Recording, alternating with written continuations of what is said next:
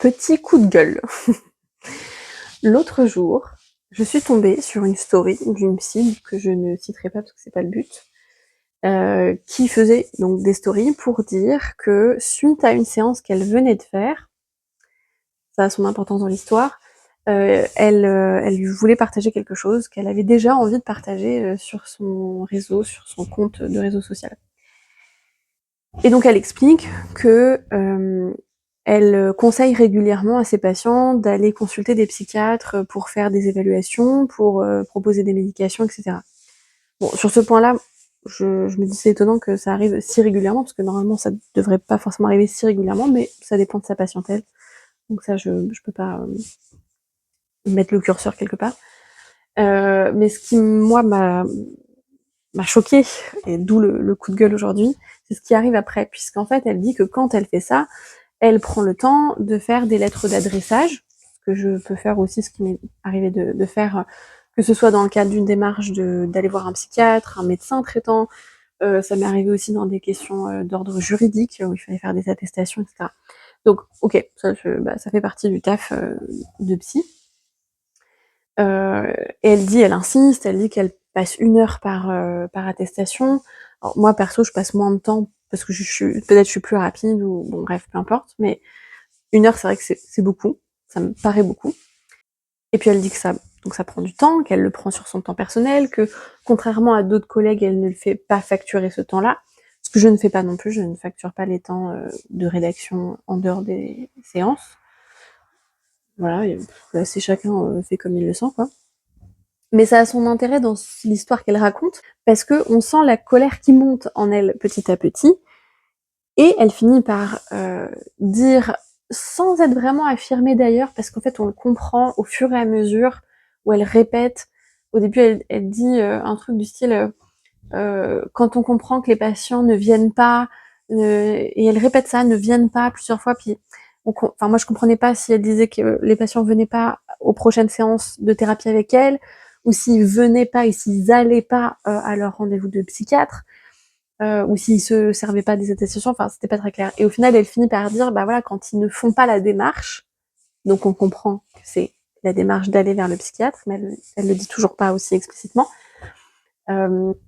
Du coup, elle dit que elle trouve ça totalement irrespectueux, et mot à mot, hein, totalement irrespectueux du travail, de son travail en fait, du travail du pro, parce que l'attestation n'est pas utilisée.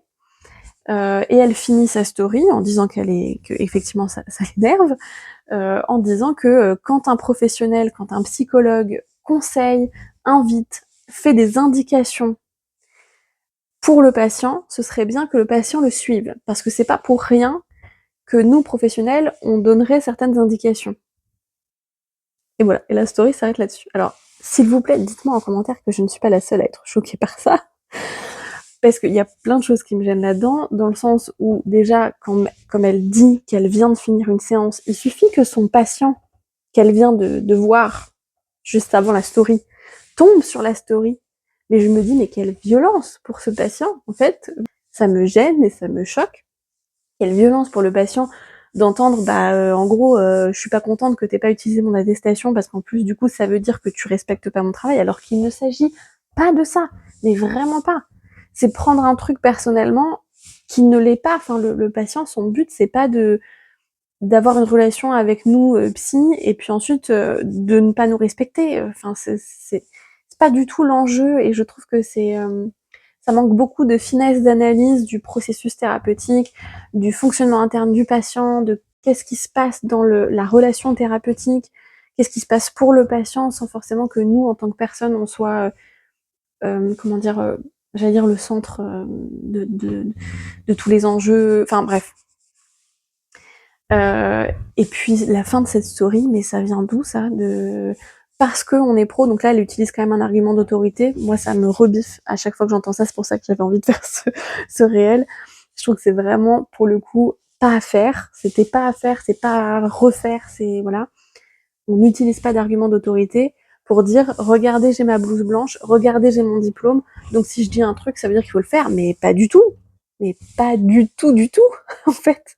C'est pas parce qu'on est psy que on connaît tout ce qu'il faudrait connaître, parce que la science de la psychologie est tellement vaste, elle est mouvante, enfin c'est un peu le précepte, sachons qu'on ne sait rien. C'est d'ailleurs j'en parlerai dans un autre réel je pense, mais c'est vraiment, il faut garder toujours ça en tête, et moi je le dis, que ce soit à mes patients ou à mes supervisés, en fait, tout ce que je dis, tout ce que je peux élaborer comme hypothèse, tout ce que je peux, même des fois je peux avoir des idées un peu genre conseils plus pratiques, mais même tout ça, mais c'est à remettre en question à chaque instant pour voir, ça en fait bouger le téléphone, pour voir si ça parle aux patients ou aux supervisés, pour voir si c'est aligné avec leurs valeurs, parce que c'est peut-être pas le cas tout le temps, pour voir si c'est faisable aussi dans leur quotidien, ce qui est pas forcément le cas non plus, tout le temps.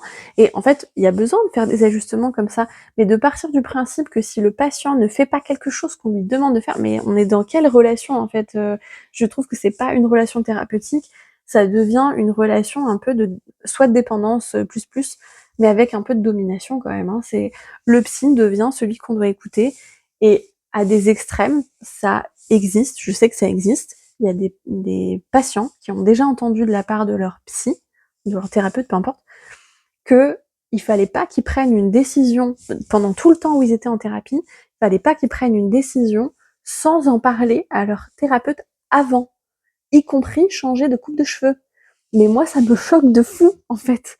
On ne devrait jamais entendre ça, que ce soit de notre psy ou de quelqu'un d'autre, hein. Enfin, si t'as envie de te raser les cheveux, mais go, quoi, fais-le. Enfin, n'en parle pas à ton psy avant. Enfin, tu peux en parler avant si t'as envie de réfléchir à ça. Ça, c'est pas un souci.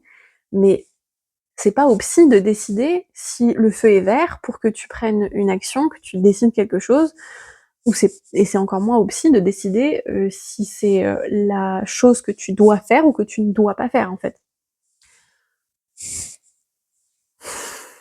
Je me calme. Et en fait, ce qui me tue, c'est que cette psy, elle est suivie par énormément de monde. Quand je regarde dans les... Alors là, c'était une story, donc il n'y avait pas vraiment de commentaires, mais quand je regarde dans les commentaires sur ce compte, tout le monde a l'air d'être en mode ok, pas de problème, tout va bien, c'est normal, c'est une bonne psy. Mais peut-être que c'est une bonne psy par ailleurs, mais là ça va pas. Ça, c'est pas un discours. Pour le coup, là, je suis assez tranchée, mais c'est pas un discours que je trouve éthique, que je trouve déontologique, et ça pose énormément de soucis. Dites-moi en commentaire si vous êtes d'accord avec moi, si je ne suis pas seule à ne pas trouver ça normal. Voilà. Et quand même, pour moduler la chose, si, parce que des fois ça peut être un peu glissant cette posture, si tu as envie, si tu as l'impression que des fois ça peut être difficile pour toi de contenir ou de gérer ce qu'on va appeler du contre-transfert aussi, mais en tout cas des choses qui t'appartiennent et qui peuvent te... La mouche ne me laisse pas tranquille. Qui peuvent te mettre en difficulté, te mettre à mal, que ce soit narcissiquement, au niveau pro, au niveau identité aussi perso, dans tes accompagnements. Je ne peux que te conseiller d'aller vers la formation que j'ai appelée présence thérapeutique, qui est une petite formation express d'1h30. Elle est à 37 € si je ne m'abuse. Et là-dedans, tu vas trouver un concept qui est, ma foi, très apprécié. Elle me laisse pas tranquille, cette mouche. Qui est, ma foi, très apprécié par toutes les personnes qui ont suivi la formation et par mes supervisés. On en parle, enfin, on le rappelle souvent en supervision, d'opter pour ce que j'ai appelé le mode papy. Voilà. Très utile, le mode papy. Pas que dans les moments difficiles, hein, avec tes patients, un peu tout le temps. Pour s'asseoir aussi et rentrer progressivement dans ce que j'ai, enfin c'est pas moi qui l'ai appelé pour le coup, mais ce qu'on appelle une ZDU, une zone de dérangement utile, ça on en parle dans la formation créate. Mais le mode papy est pertinent, parfois nécessaire pour voilà, rester calme, rester aussi dans une bienveillance et pas que face à ton patient, mais aussi en story après tes séances ou tout simplement dans ta vie perso, voilà. Parce que des fois, on le sait, les séances peuvent nous accompagner en dehors des séances. Donc, go formation présence thérapeutique si tu en as envie. Voilà. Bye bye.